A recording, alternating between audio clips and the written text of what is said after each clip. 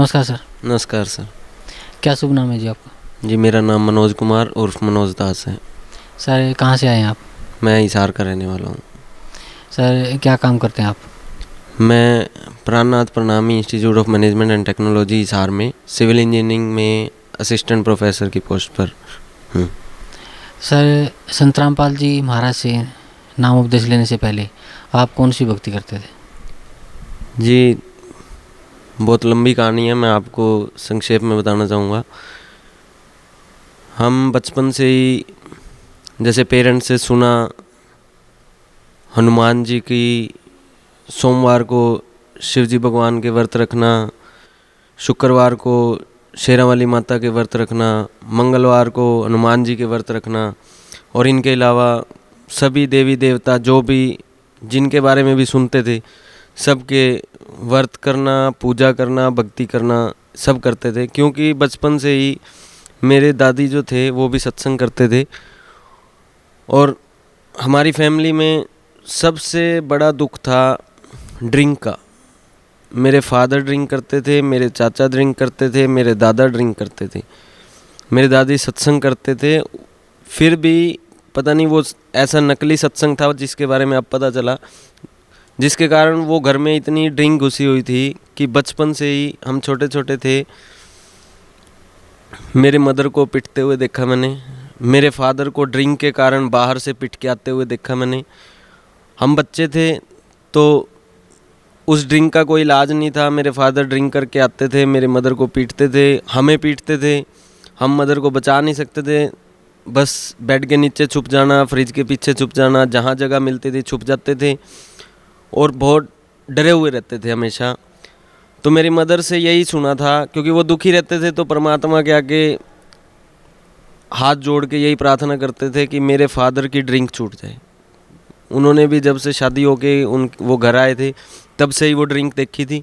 तो हमें वही यही सिखाते थे कि भक्ति करो, भगवान की भक्ति करो, उससे सुख मिलेंगे। हम भी यही सोचते थे कि शायद कोई दिन ऐसा आएगा जिस दिन परमात्मा की भक्ति से वो सुख मिलेगा। तो ये सारी भक्ति करते थे। मेरे फादर ऐसी बात नहीं है कि नास्तिक थे, वो भी बजरंगबली की भक्ति करते थे। हालांकि उनको भी जो उनके आसपास के लोग थे, क्योंकि वो स्टेट बैंक ऑफ इंडिया में एक अच्छी पोस्ट पे थे, तो बैंक के लोग भी और पड़ोस में भी और जो आसपास के लोग थे सभी उनको जब भी वो जाते कहीं पे तो वो कहते थे बजरंगबली आ गया, बजरंग। क्योंकि वो हमेशा कहते थे बोलो भाई बजरंगबली की जय, जय श्री राम, जय श्री राम। और आरएसएस से भी जुड़े हुए थे, राष्ट्रीय स्वयंसेवक संघ से, तो वहाँ पे भी यही सुना था जय श्री राम, जय श्री राम। तो वो भी एक भगत आदमी थे। उन्होंने 40 वर्ष तक मंगलवार का व्रत नहीं छोड़ा।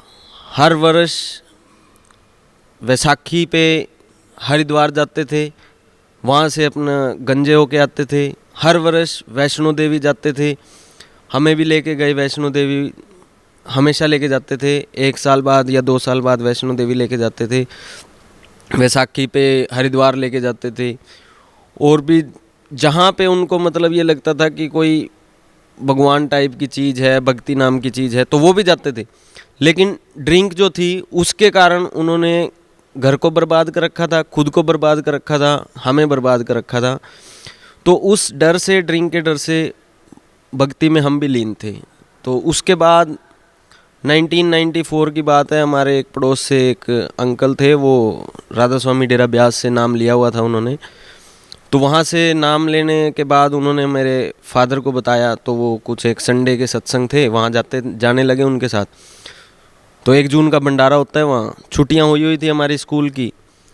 तो मेरे फादर को कहा चलो, तो मेरे फादर हम सबको लेके राधा स्वामी ब्यास डेरा ब्यास चले गए। तो नाम की पर्ची भी मिल गई उन्हें, नाम भी मिल गया उन्हें। वहाँ पे ये रूल थे कि ड्रिंक नहीं करनी, बीड़ी सिगरेट वगैरह नहीं पीना, जैसा वो बताते थे नाम देने से पहले। तो हमने भी सुना था, उन अंकल से सुना था। तो नाम जब मेरे फादर ने ले लिया, मेरे मदर ने भी ले लिया, तो बड़ी खुशी हुई। हमने राधा स्वामी डेरा ब्यास में जो बाबा जी थे उनके बड़े शुक्रगुजार हुए हम कि मेरे फादर की ड्रिंक छूट गई, और छोड़ भी दी उन्होंने। 20 दिन हमारे बड़ी खुशी से निकले। डेली शाम जब हो जाती थी, जब मेरे फादर सूफ़ी घर आ जाते थे विदाउट ड्रिंक, तो रोज़ हम राधा स्वामी के आगे हाथ जोड़ के, बाबा जी के आगे बड़े खुश होते थे कि ये परमात्मा बड़ी दया हुई। 20वें दिन हमारा वो सपना भी टूट गया। मेरे फादर फिर से ड्रिंक करके आए, हालांकि थोड़ी लिमिट में करके आए, कम थी, जिससे कि हमें अंदाज़ा हुआ लेकिन पक्का नहीं हुआ, कंफर्म नहीं हुआ। 21वें दिन तो वो फिर से उसी स्टेट में आ चुके थे जिसमें राधा स्वामी डेरा ब्यास जाने से पहले थे। हमारा एक सपना दोबारा से वो टूट गया, फिर वो दुख के दिन फिर से स्टार्ट हो गए। लेकिन ठीक है, परमात्मा से जुड़े हुए थे, वो शायद पिछली भक्ति थी जिसके कारण परमात्मा के आगे फिर भी हम डेली हाथ जोड़ते थे कि परमात्मा जैसे भी हो दया करना। वो चलता रहा, ड्रिंक करते रहे। बच्चे थे 94 में, तो बहुत छोटी उम्र थी, लेकिन दुख देखे हुए थे, इसलिए शायद वो उम्र भी थोड़ी सी बड़ी हो गई थी, परमात्मा की तरफ भी ध्यान हो गया था। 97 या 98 की बात है, तब मैं शायद 7th या 8th क्लास में था। हिसार में आसाराम जी बापू का सत्संग हुआ, पुलिस लाइन एरिया में। फर्स्ट टाइम आए थे आसाराम जी बापू। उनका सत्संग सुना, बड़ा अच्छा लगा। बड़ी मधुर धुन में वो जो गाते थे, हरि ओम ओम ओम हरि ओम, इस टाइप से बड़े अच्छी उनकी धुनें थी। उसको सुन के मेरे अंदर, और नाम का, क्योंकि राधा स्वामी ब्यास से सुना ही हुआ था, बड़ी अच्छी महिमा सुनी हुई थी नामदान की, लेकिन हमें वहाँ से नहीं मिल सकता था क्योंकि बच्चे थे, और वहाँ 26 ईयर्स की एज के बाद ही मिलता है। तो वहाँ शाम को जब उनका सत्संग हुआ, उसके बाद वहाँ अनाउंसमेंट हुई कि कल मॉर्निंग में 6:30 बजे बच्चों को सरस्वती मंत्र दिया जाएगा, नामदान दिया जाएगा बच्चों का। तो मुझे बड़ा लालसा हुई, बड़ी खुशी हुई कि नामदान मिलेगा। मैं सुबह, तब तो बड़ी छोटी उम्र थी, सुबह पहुंच गया वहाँ 6:30 बजे। वहाँ पहुंचा तो एक बहुत बड़ा टेंट लगा हुआ था। टेंट के बाहर मैंने पूछा भाई कहाँ है एंट्री, तो एक लास्ट में पीछे जाके एक एंट्री थी, उस एंट्री से मैं जाने लगा तो वहाँ एक सेवादार खड़ा था उनका। बोले हाँ जी। तो मैंने कहा जी सरस्वती मंत्र के लिए आया हूँ, सरस्वती मंत्र लेना है। बोले एक काम करो, उधर पंडाल है, वहाँ एक थोड़ी दुकानों के पंडाल लगे हुए थे। बोले उधर पंडाल में जाके एक सामान मिल रहा है, वो सामान लेके आ जाओ। तो मैं भागा गया वहाँ सामान लेने के लिए। तो वहाँ सामान लेने पहुँचा तो वहाँ उन्होंने, जो दुकानदार थे, उन्होंने बताया भाई 150 रुपये का सामान है। बच्चे थे, 7th 8th में थे, घर से मुश्किल से 1 रुपया भी कभी मिला तो 6 महीने में 1 रुपया मिल जाता था। 150 रुपये का कहाँ से जुगाड़ होता। मन मसोस के घर वापस आ गया। वहाँ से एक आशा टूट गई नामदान मिलने की।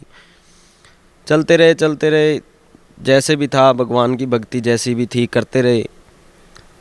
2003 में उस ड्रिंक के कारण मेरे फादर को स्टेट बैंक ऑफ इंडिया की सर्विसेज से रिमूव कर दिया गया। मतलब आप सोच सकते हो कि एक गवर्नमेंट जॉब से एक गवर्नमेंट एम्प्लॉय को निकालना कितना मुश्किल है। तो वो इतनी ड्रिंक करते थे कि उन्हें उस जॉब से भी निकाल दिया गया। एक सेकंड फेज हमारे दुखों का स्टार्ट हुआ। घर में, मैं बीटेक में एडमिशन ले चुका था, घर में खाने के लाले हो गए। ऐसा हो गया कि शायद बीटेक भी छोड़नी पड़े, लेकिन मेरे फादर ने ड्रिंक नहीं छोड़ी।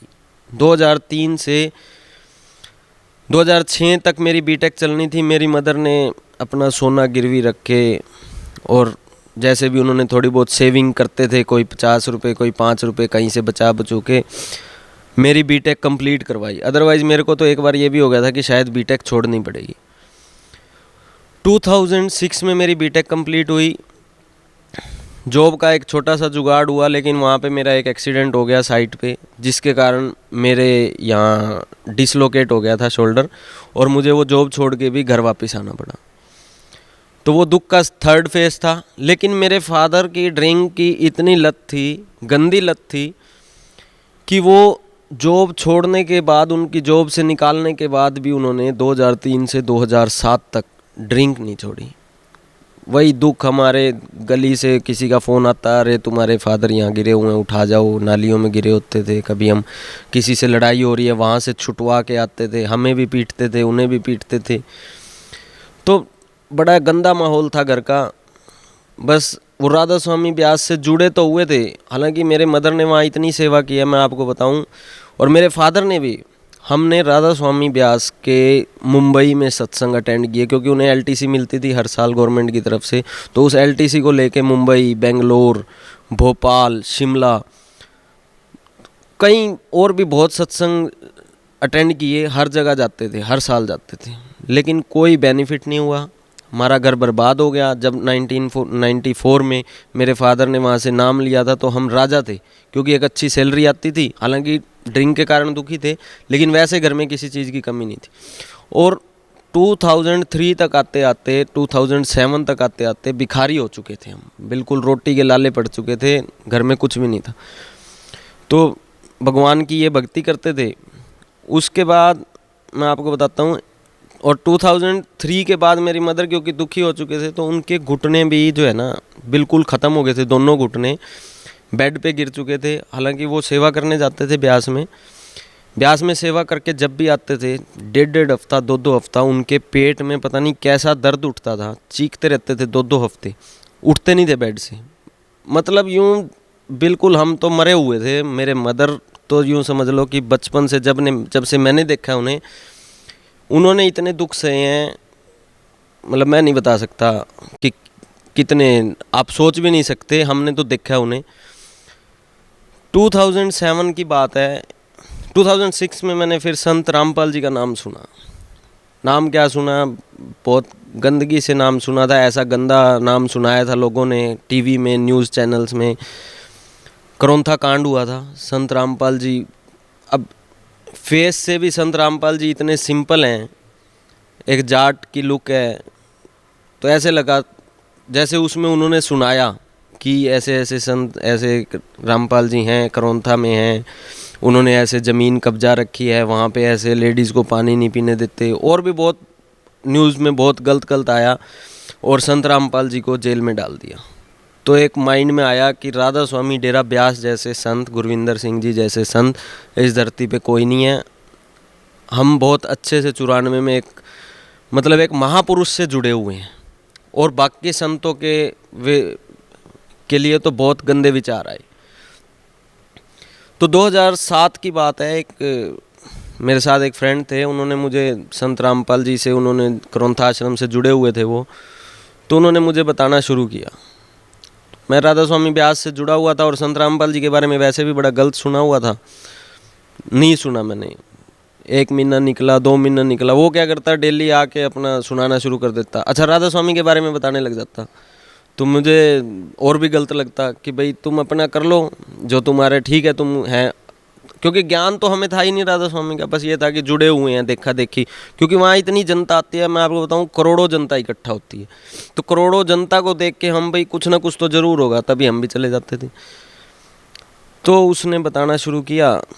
एक दिन हम उसके घर लंच पे चले गए। सुनता रहता था मैं, 2-3 महीने निकल गए। एक दिन लंच पे बैठे तो उसने क्या किया, सीडी चला दी अपने घर में। तो संत रामपाल जी ने गीता खोल दी। उसमें गीता खोली तो वो दिखा रहे थे, अलग अलग श्लोक दिखा रहे थे, बहुत श्लोक दिखाए। तो एक जगह उन्होंने 16वें अध्याय का 23वां श्लोक दिखाया।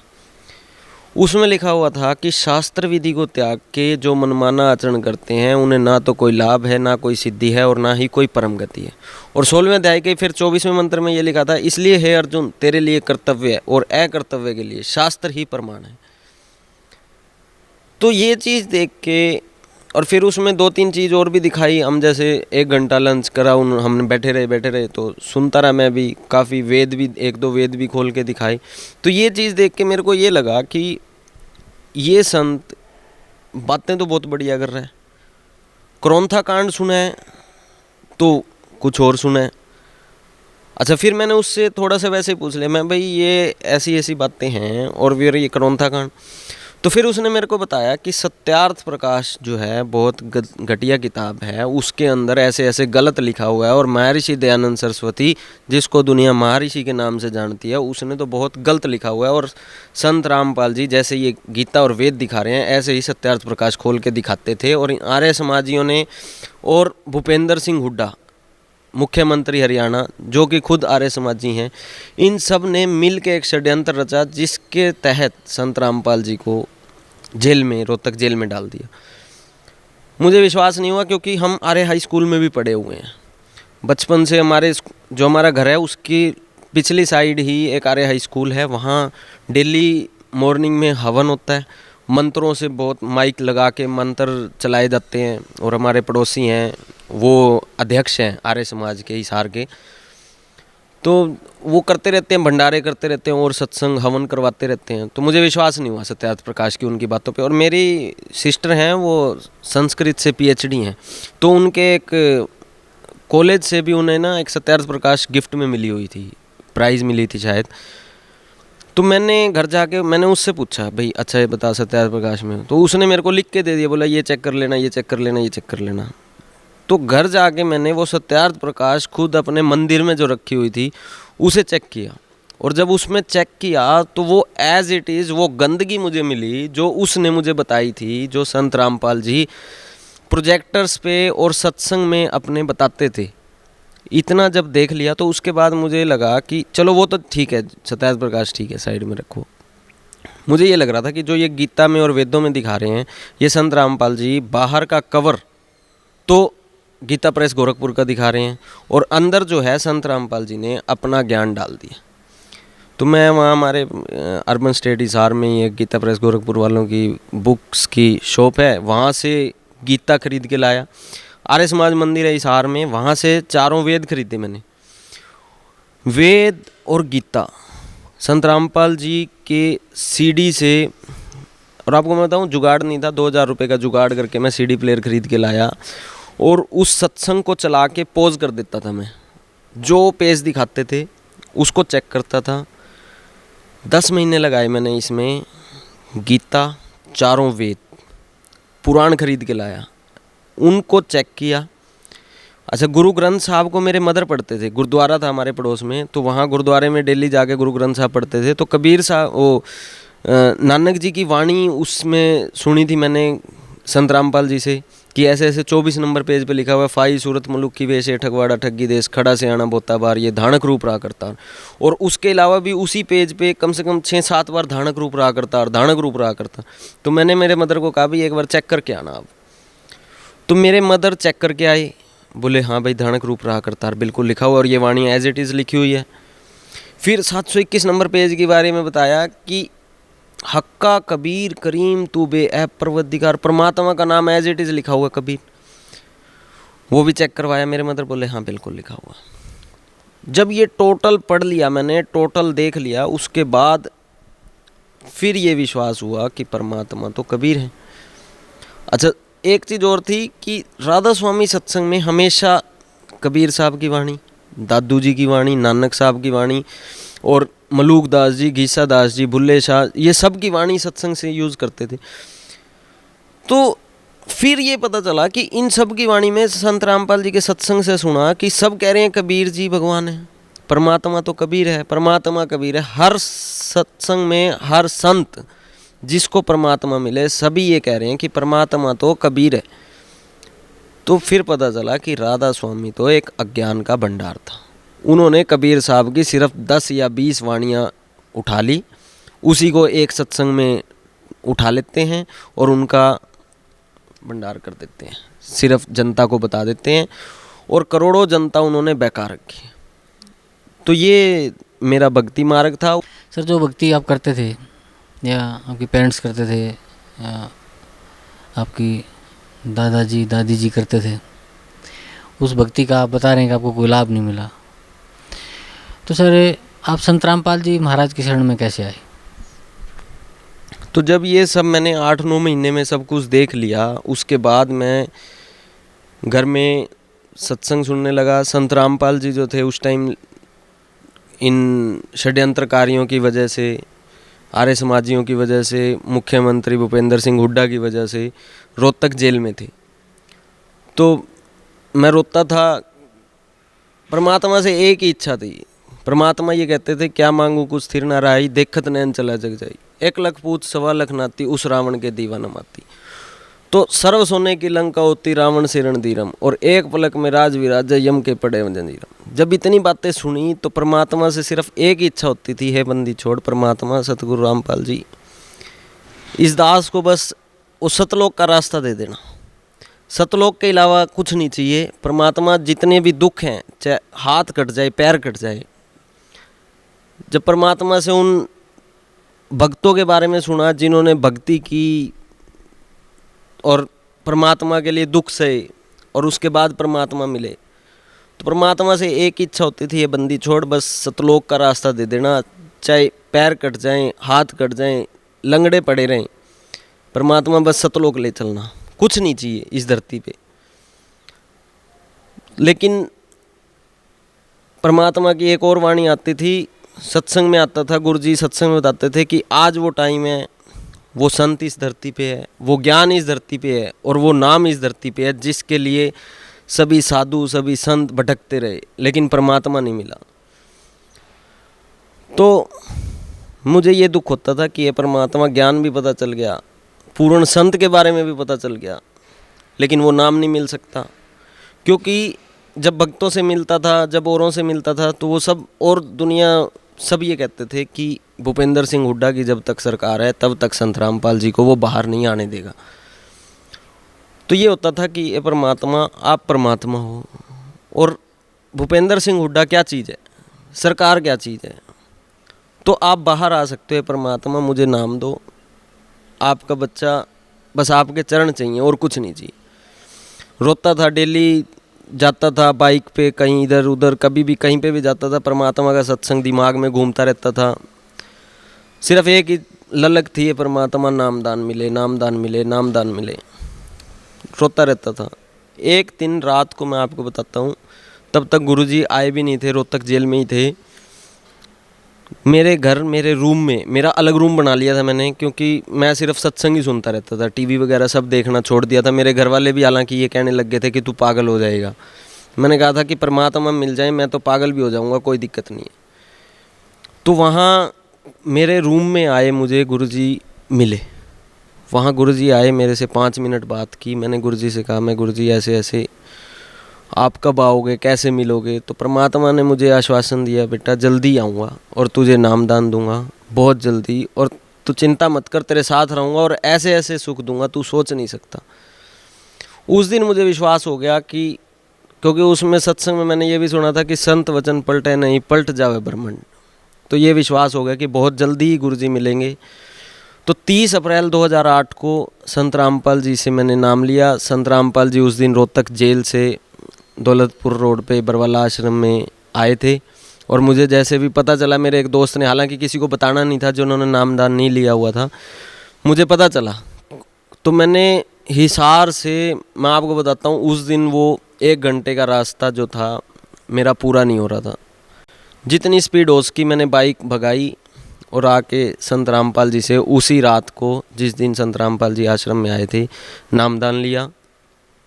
और गुरुजी की बहुत दया हुई, नामदान भी मिला, और उसके बाद तो सुख ही सुख हैं। आज 6 साल हो गए मेरे को, 5 साल हो गए नामदान लिए हुए, सुख ही सुख हैं।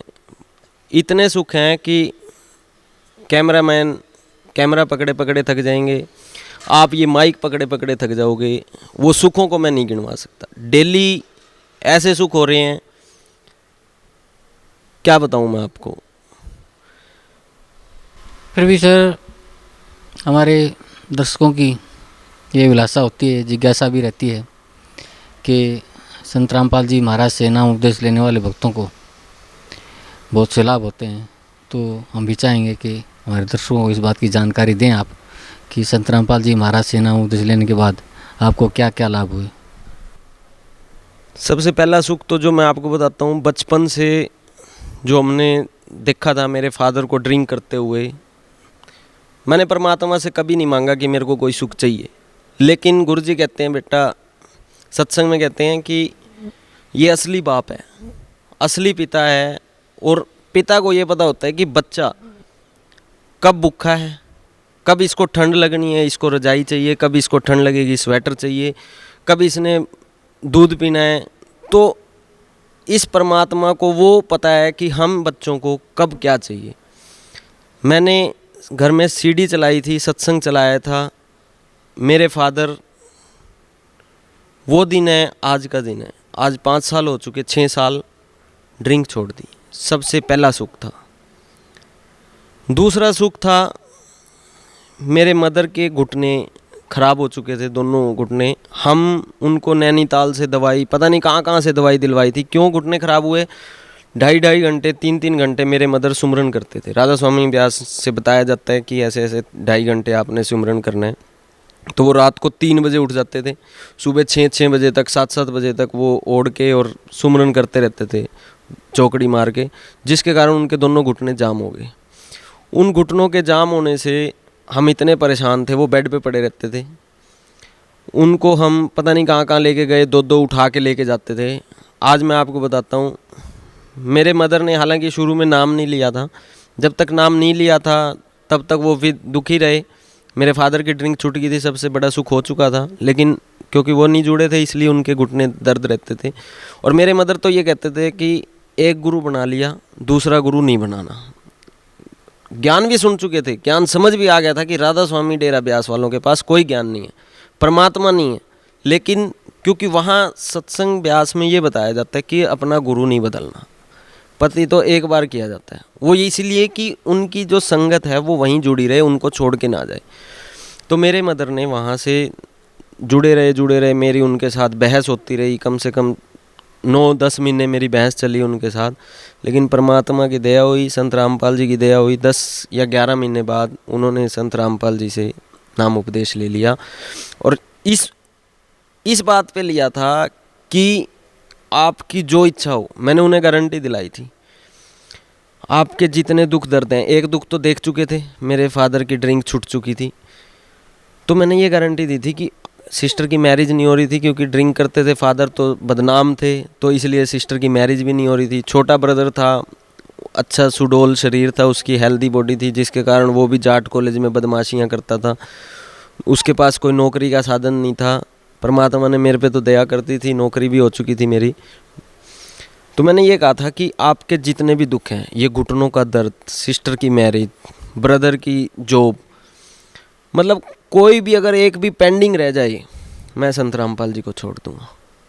और टाइम नहीं मांगता मैं आपसे। मैंने उनको ये कहा था कि आपको हो सकता है 10 दिन भी ना लगे, ज़्यादा से ज़्यादा 2 महीने दे देना, सिर्फ 2 महीने दे देना। परमात्मा अगर आपको सुख ना दें, मैं आपके साथ राधा स्वामी डेरा ब्यास दोबारा चल पड़ूँ।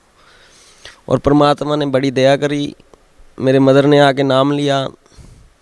नाम लेते ही विदिन 6 मंथ्स मेरी सिस्टर की मैरिज इतने बढ़िया ढंग से हुई। परमात्मा की इच्छा से, मैंने परमात्मा के नियमों पे चलते हुए, मेरे मदर तो नहीं मान रहे थे क्योंकि उन्हें इतना विश्वास नहीं हुआ था, हालांकि नाम उपदेश ले लिया था। जैसे परमात्मा बताते हैं उसी तरीके से उनकी मैरिज हुई। कोई दहेज नहीं दिया हमने, और सामने वाले जो मेरे जीजा जी और थे उन्होंने भी कुछ नहीं मांगा। और आज वो इतने खुश हैं, गवर्नमेंट जॉब है उनकी दिल्ली में, मेरे सिस्टर की भी गवर्नमेंट जॉब लग गई है। तो सबसे पहली, दूसरी, मेरे मदर के घुटने 10 या 15 दिनों के अंदर वो दवाई जो 6-7 साल से ले रहे थे उसने काम करना शुरू कर दिया। मेरे मदर को हम भाई उठा के लेके आते थे यहाँ पे, पकड़ के दोनों हाथों से। आज मेरे मदर खुद अपने पैरों पे चल के आते हैं। और तभी से, जब से नाम लिया 10 या 15 दिनों के बाद से ही खुद अपने पैरों पे। और कई बार तो मैं आपको बताता हूँ, इतनी खुशी होती है, कई बार हम गुरुजी के दर्शन करने में लेट हो जाते हैं, तो मेरे मदर रेस लगा के आते हैं, उन्हीं दोनों पैरों पे भाग भाग के दर्शन करते हैं। और गुरुजी भी बड़े खुश होकर कहते हैं, बोले बेटा देख, यही तेरी माँ है जिसके घुटने खराब थे। ये सुख। अच्छा, एक बड़ा अच्छा दुख था मेरे, मैं आपको बताता हूँ। जब गुरुजी से मैंने नाम भी नहीं लिया था, लेकिन गुरुजी रोहतक जेल में थे, मुझे पता चल गया था कि कबीर साहब भगवान है। और सत्संग में गुरुजी सीडी सुन के मेरे को ये भी पता चल गया था कि परमात्मा कबीर साहब खुद हमारे साथ रहते हैं, बिल्कुल। तो एक दिन हम, मेरे साथ 3 एसडीओ थे, एक जेई था और मैं था। हम बहादुरगढ़ से आ रहे थे उनकी गाड़ी में बैठ के। मेरे ना एक दर्द होता था इधर पेट की दोनों साइड से, पता नहीं इस साइड या इस साइड, अब तो मेरे को एग्जैक्टली ध्यान नहीं है। तो एक ब्रेकर आया यहाँ मदीना के पास, रोहतक से निकलते ही ब्रेकर से जैसे ही गाड़ी कूदी तो वो मेरा दर्द स्टार्ट हुआ एकदम से। और वो दर्द ऐसा था कि हर महीने होता था, और जब स्टार्ट होता था तो कम से कम 1 या 2 दिन रहता था। और इतना भयानक दर्द था कि रोता रहता था मैं, 2-2 दिन रोता रहता था, वो दर्द नहीं ख़त्म होता था। अच्छा, वो गाड़ी कूदी तो जैसे ही तो मेरा वो दर्द स्टार्ट हुआ। अब क्या था कि लोग लाज के कारण अब एसडी और जेई बैठे हैं, अब उनके सामने मेरे को रोने में शर्म आ रही है और दर्द बहुत ज़बरदस्त। तो मैंने परमात्मा से, कबीर साहब से और संत रामपाल जी से अरदास लगाई, मैं परमात्मा, हो सकता है मैं आपके लायक नहीं हूँ, आपका उतना मतलब शिष्य भी नहीं हूँ, मेरी गलतियाँ भी बहुत हैं, लेकिन परमात्मा आज मेरी इज्जत बचा लेना। मैं रो नहीं सकता इनके बीच में, और रोऊंगा तो इनके सामने मेरी बेइज्जती होगी। और आप कहते हो कि हर सेकंड मैं तुम्हारे साथ हूँ, परमात्मा तो हर सेकंड साथ है सर। विद इन 2 सेकेंड्स वो मेरा दर्द ठीक हुआ। और वो दिन है, आज का दिन है। मेरे को तो ये भी ध्यान नहीं है कि वो दर्द इस साइड था या इस साइड था। वो दिन, वो दर्द नाम लेने से पहले ही ख़त्म हो चुका है। नाम लिए उसके बाद के सुख तो और हैं, नाम लेने से पहले ही वो दर्द, परमात्मा ऐसे हमारे साथ रहता है, हर सेकंड, हर पल पल सेकंड साथ रहता है। दूसरा, पांचवा छठा सुख ये बताता हूँ मैं आपको। एक दिन हमने, अब तो परमात्मा की दया से 5 साल में, जैसा गुरुजी पहले सत्संग में कहते थे जब सत्संग सुनता था, कि 2 साल, 1 या 2 साल आप नाम रख लेना, समाज में ऐसा कर दूंगा, समाज देखेगा। तो वो स्थिति हमारी आ चुकी है। जहाँ खाने के लाले थे, आज अपना खुद का अच्छा प्लाट है, अच्छी 10 लाख रुपए की गाड़ी भी है, प्लाट प्रॉपर्टी खरीद ली, भगवान की दया हुई, सब माया दे दी। परमात्मा कहते हैं कि माया इतनी दे दूंगा, आपकी दासी बन के रहेगी। और वो हाल आज हो चुका है 4 साल के अंदर, 5 साल के अंदर। स्टार्टिंग में फर्स्ट प्रॉपर्टी खरीदनी थी, प्लाट खरीदना था, एक 28 लाख रुपए की प्रॉपर्टी थी। तो एक और पार्टनर मिल गया, तो 15 लाख मैंने जोड़ने थे, 13 उसने जोड़ने थे। तो जिस दिन प्लॉट खरीदना था उस दिन साई देनी होती है, जैसे बयाना, तो 10 लाख रुपए बयाना दे दिया हमने। मेरे पास थे उस टाइम सिर्फ 10 लाख। 2 महीने बाद पूरे देने थे 28, जिसमें से मेरे को 5 और करने थे। तो 10 लाख का बयाना मैंने पकड़ा दिया। 5 लाख का कोई जुगाड़ नहीं था, लेकिन परमात्मा पे विश्वास था कि हो जाएंगे। तो 10 लाख का बयाना दे दिया। तो कर आके इधर उधर से मांगे, दोस्तों से मांगे, जीजा जी से कुछ, इधर से, और सबसे मांग के इकट्ठे करके लास्ट दिन आ गया, जिस दिन रजिस्ट्री होनी थी और हमने पूरी पेमेंट करनी थी। तो मेरे पास सब मांग के पेमेंट के 4.5 लाख रुपए और इकट्ठे हो गए। 50,000 की कमी रहेगी। अब परमात्मा से मन ही मन मैंने ये बात कही, परमात्मा 10 लाख रुपए का बयाना है, और अगर मैं पूरी पेमेंट ना कर पाता तो वो 10 लाख रुपए का बयाना ख़त्म हो जाता, मेरे पास 1 रुपया भी नहीं रहना था। कि परमात्मा 1 नंबर की कमाई है, आपकी दी हुई है, और 1 नंबर की कमाई परमात्मा ऐसे नहीं जा सकती। 10 लाख रुपए मेरे ऐसे नहीं ख़त्म हो सकते। परमात्मा ने उसी टाइम इतनी दया करी। हमारा रेडीमेड गारमेंट्स का छोटे ब्रदर का उसका काम करवाया हुआ है। एक भिवानी से दुकानदार आया, परमात्मा ने भेजा था, फर्स्ट टाइम आया था, परमात्मा ही आए थे खुद। बोला, भैया जितनी जीन्स है सारी निकाल दो और सारी गिन दो। सारी गिन दी सर, 2 लाख रुपए की। फर्स्ट टाइम होलसेल भी करते थे, 20-30 हज़ार की हो जाती थी, 40 हज़ार की हो जाती थी। उसी दिन फर्स्ट टाइम 2 लाख रुपए की होलसेल हुई। 50,000 रुपये वो निकले, और 1.5 लाख रुपए जो मैंने मांगे हुए थे वो भी दे दिए। परमात्मा ने ऐसे दया की, बहुत दया। बस मैंने आपको कहा ना कि ये माइक पकड़े थक जाओगे, कैमरामैन कैमरा पकड़े थक जाएगा, सुबह से शाम हो जाएगी, और शाम से पता नहीं कितने महीने बीत जाएं। जितने साल हैं, जितने सेकंड हैं, उतने सेकंड मेरे साथ चमत्कार ही चमत्कार हो रहे हैं। हर सेकंड परमात्मा चमत्कार कर रहे हैं। तो इन चमत्कारों को तो मैं आपको क्या गिनवाऊँ। सर, भक्त समाज को जो आज भी जैसे यहाँ उपासनाएँ करते हैं या और किसी पंथ से, किसी महंत से, संत से जुड़े हुए हैं, तो उन भक्तों को आप क्या संदेश देना चाहते हैं? जी, संदेश तो हिंदू समाज को, राधा स्वामी पंथ को, इनसे निकले हुए सभी निरंकारी और सभी पंथों को, सिख समाज को, मुसलमान समाज को और ईसाई समाज को, सबको यही संदेश देना चाहता हूँ। परमात्मा एक है, सबका मालिक एक है, गॉड इज़ वन, अल्लाह एक है, रब एक है, सभी ये बात बताते हैं, लेकिन वो रब एक है कौन? बचपन से बच्चा पैदा होता है, थोड़े दिनों में जब समझता है तो यही बात कही जाती है, और मरते दम तक हजारों देवी देवताओं की पूजा करते हुए मर जाते हैं। पता नहीं चलता कि वो अल्लाह, वो रब, वो भगवान, वो गॉड एक है कौन सा।